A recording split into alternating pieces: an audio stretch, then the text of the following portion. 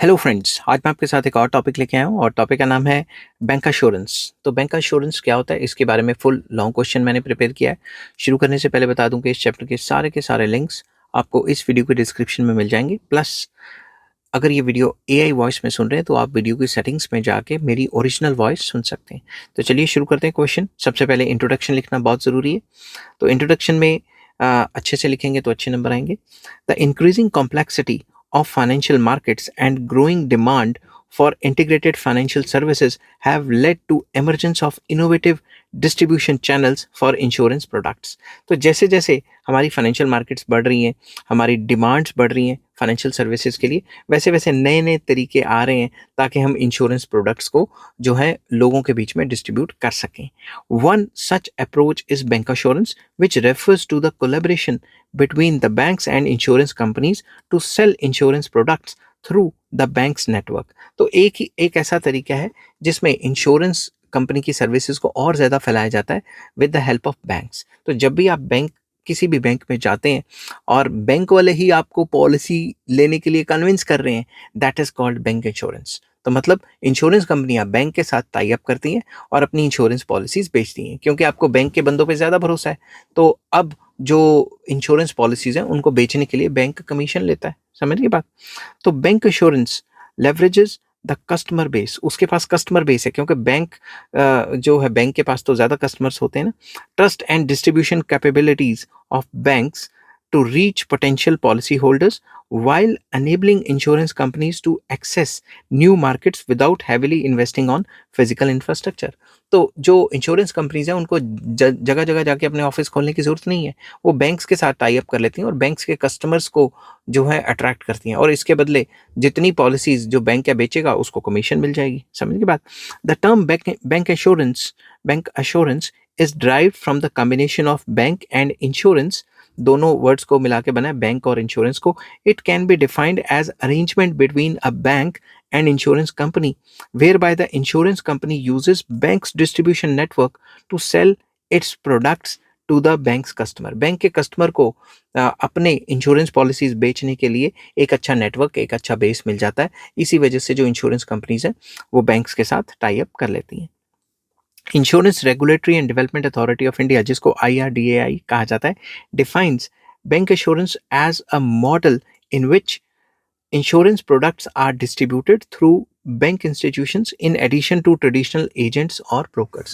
तो traditional agents और brokers तो होते ही हैं, उसके साथ साथ जो बैंक्स के थ्रू इंश्योरेंस जो पॉलिसीज हैं उनको बेचना, उसको बैंक एश्योरेंस कहा जाता है।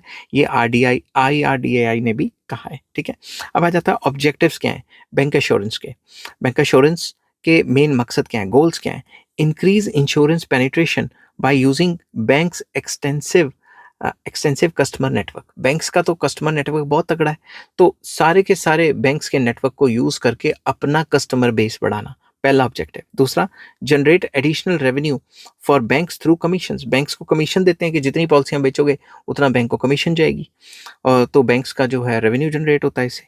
Reduce distribution cost for insurance companies. जो इंश्योरेंस कंपनीज है उनका डिस्ट्रीब्यूशन जो है कॉस्ट कम होती है, क्योंकि उनको जगह जगह दफ्तर खोलने की जरूरत नहीं है। वो बैंक में अपने 2-3 बंदे बैठा देते हैं और जो भी बैंक के कस्टमर्स हैं उनको पॉलिसीज देते रहते हैं। Provide a one stop financial solution to customer. Customer कहता है यार मैं कहाँ इंश्योरेंस कंपनी के धक्के खाऊंगा, बैंक आया हूँ, यहीं पे सारे काम हो रहे हैं तो कर लेता हूँ। Fifth point, enhance financial inclusion by reaching rural and semi urban areas. तो इससे फाइनेंशियल इंक्लूजन भी होती है। जो लोग इंश्योरेंस नहीं करा के बैठे हुए urban areas, semi urban areas में या रूरल एरियाज में, वहाँ जाके भी जो इंश्योरेंस कंपनीज है वो बैंक के साथ टाई अप करके वहाँ पे भी पॉलिसीज बेच सकती हैं। नेक्स्ट आ जाता है फीचर्स क्या है बैंक इंश्योरेंस की। तो सबसे पहला आ जाता है पार्टनरशिप मॉडल। ये इंश्योरेंस कंपनी और बैंक के बीच में पार्टनरशिप टाइप का एक मॉडल बन जाता है। A formal agreement exist between the banks and the insurer. दोनों के बीच में एक फॉर्मल एग्रीमेंट हो जाता है, partnership type. Next, cross selling. Bank staff market insurance products alongside regular banking services.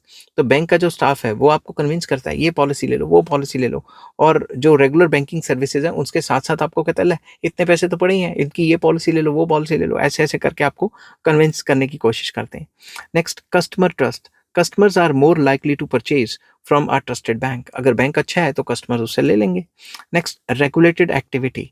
Subject to both banking and insurance regulations. तो जो भी ये बैंक अश्योरेंस है, ये बैंकिंग और इंश्योरेंस के जो रेगुलेशंस है उनके हिसाब से चलनी चाहिए, ठीक है। रूल्स रेगुलेशंस है कुछ कंसर्न अथॉरिटी ने दिए हुए, उसके हिसाब से चलनी चाहिए। Next, dual benefit. Banks earn fees, banks को इससे फीस भी मिलती है, एंड इंश्योरर्स जो हैं उनको मार्केट एक्सेस मिल जाता है, दोनों का फायदा हो जाता है। अब एडवांटेजेस क्या हैं बैंक अश्योरेंस के फॉर बैंक्स? बैंक्स के लिए क्या है? Additional source of fee based income, उनको फी बेस्ड इनकम या कमीशन मिल जाती है। Enhanced customer loyalty through diversified offerings, कि वो कस्टमर्स को डाइवर्सिफाइड ऑफरिंग देते हैं कि अब वो बैंकिंग के साथ साथ इंश्योरेंस के लिए भी बैंक्स को कॉन्टैक्ट कर सकते हैं। Better utilisation of branch infrastructure, वो अपनी ब्रांच के इंफ्रास्ट्रक्चर को, ब्रांच को बेसिकली अच्छे से यूज़ कर सकते हैं उस जगह पे, और ज़्यादा बैंकिंग फैसिलिटीज़ के साथ साथ इंश्योरेंस फैसिलिटीज़ लेके। इंश्योरेंस कंपनी का क्या फ़ायदा है? Access to an established customer based, जो एस्टैब्लिश्ड कस्टमर बेस है उसको एक्सेस मिल जाता है, वो भी पॉलिसीज़ ले लेते हैं। Reduced marketing and distribution cost, इससे उनकी मार्केटिंग कॉस्ट और डिस्ट्रीब्यूशन कॉस्ट कम हो जाती है, क्योंकि बैंक के पास तो पहले से कस्टमर्स हैं। Third, increased penetration in rural and semi urban areas, rural areas villages वगैरह में, सेमी अर्बन एरियाज में और ज़्यादा पॉलिसीज़ बेच सकते हैं वो। कस्टमर के लिए क्या फ़ायदा है? Convenience of buying multiple financial products at one place, एक ही जगह पे बैंक में जाके उनको सब कुछ मिल जाएगा, उनको इधर उधर धक्के नहीं खाने पड़ेंगे। Next, trust in banks brand and service quality. तो जब भी आप बैंक में जाते हैं, आपने बैंक में अकाउंट ही इसलिए खुलाया हुआ है क्योंकि आपको उस बैंक के ऊपर ट्रस्ट है, और उस बैंक का ब्रांड भी अच्छा है, तो आप क्या करते हैं, आप उन्हीं से सर्विसेज लेते हैं, तो सर्विस क्वालिटी हाई रहती है। Easy premium payment through bank account के थ्रू ही आपके पैसे कटते रहते हैं, तो कोई टेंशन नहीं रहती। अब चैलेंजेस क्या हैं बैंक अश्योरेंस में? तो सबसे पहला, training requirement. Bank staff must be trend in insurance products, bank staff को इंश्योरेंस प्रोडक्ट्स में जो डील करने के लिए उनको ट्रेनिंग देनी चाहिए, ये चैलेंजेस हैं, क्योंकि उनको तो बैंक्स के बारे में नॉलेज है, उनको इंश्योरेंस पॉलिसीज के बारे में क्या नॉलेज है, तो उनको टाइम टू टाइम इंश्योरेंस के लिए भी ट्रेनिंग दी जानी चाहिए। नेक्स्ट आ जाता है regulatory compliance. It must follow both banking and insurance laws, तो जब भी कंसर्न्ड बैंक कोई पॉलिसी बेच रहा है तो उसको इंश्योरेंस लॉज के बारे में भी पता होना चाहिए और बैंकिंग लॉज के बारे में भी पता होना चाहिए। विदाउट दैट आप ऐसी पॉलिसियां बेची जा रहे हो तो कल को कोई प्रॉब्लम आ सकती है बैंक के लिए। कन्फ्लिक्ट ऑफ इंटरेस्ट, बैंक्स में prioritise selling insurance over their needs, वो ये देखेंगे कि भाई हमें तो कमीशन इससे ज़्यादा आ रही है, तो आपने देखा होगा कि जब भी आप बैंक में पैसे जमा करवाने जाते हैं तो वो आपको बहुत ज़्यादा कन्विंस करते हैं, ये करा लो, वो करा लो, फलाना करा लो, ढिमकाना करा लो, ठीक है। तो ऐसे आपको काफ़ी ज़्यादा ज़ोर दिया जाता है, क्योंकि बैंक के एम्प्लॉइज़ कहेंगे यार हमारे को भी कमीशन मिलेगी, इससे अच्छा कि हम ज़्यादा ज़ोर उस पे देते हैं, जो बैंक में पैसे जमा करा रहे हैं उस पे तो क्या ही मिलेगा उनको कमीशन, पर कमीशन उनको इंश्योरेंस पॉलिसी बेच के मिलेगी, इसलिए वो आपको कन्विंस करते रहते हैं। नेक्स्ट आ जाता है customer awareness. Lack of understanding of insurance terms may cause dissatisfaction, तो अगर आपको इंश्योरेंस टर्म्स के बारे में पता ही नहीं होगा तो कस्टमर डिससेटिस्फाइड रहेगा और आपसे पॉलिसी नहीं लेगा। Next, product suitability, risk of miss selling if proper needs analysis is not done, तो अगर आपने प्रॉपर नीड्स के बारे में नहीं पढ़ा हुआ तो आपने ऐसा देखा होगा कि कभी कभी कोई और पॉलिसी आपको दे दी जाती है, आपको प्रॉपर मतलब आपकी नीड्स को अच्छे से समझा नहीं जाता, और जहाँ पे उनकी कमीशन ज़्यादा है वो पॉलिसी आपको जो है ज़बरदस्ती चेप के चले जाते हैं, और बाद में जब आपको ज़रूरत होती है तो टर्म्स एंड कंडीशंस पढ़ते हो तो आप कहते हो ले ये तो पॉलिसी में लिखा ही नहीं है, ठीक है। नेक्स्ट आ जाता है regulatory framework in India. India में क्या रेगुलेटरी फ्रेमवर्क कहता है? Governed by insurance act 1938, IRDAI guidelines and banking regulation act 1949, इन सब के अंडर ये बैंक अश्योरेंस काम करता है।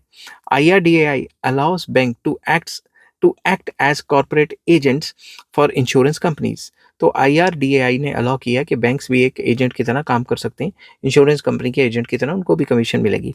एज पर 2016 guidelines, banks can bank tie up कर सकते हैं 3 लाइफ इंश्योरेंस से, 3 जनरल इंश्योरर से और 3 हेल्थ इंश्योरर से।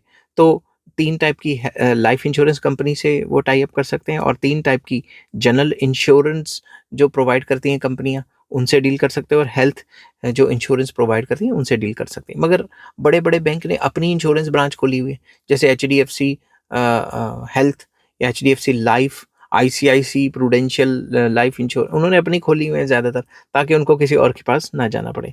नेक्स्ट आ जाता है steps in bank assurance process. सबसे पहले क्या है, tie up agreement between bank and insurer, इनके बीच में टाई अप एग्रीमेंट होना चाहिए।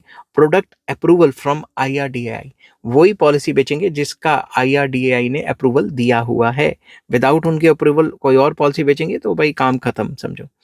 Training of bank staff as specified by IRDAI, जो भी बैंक स्टाफ आपको पॉलिसी देगा उसकी ट्रेनिंग होनी बहुत ज़रूरी है, ये IRDAI एक्ट में लिखा हुआ है।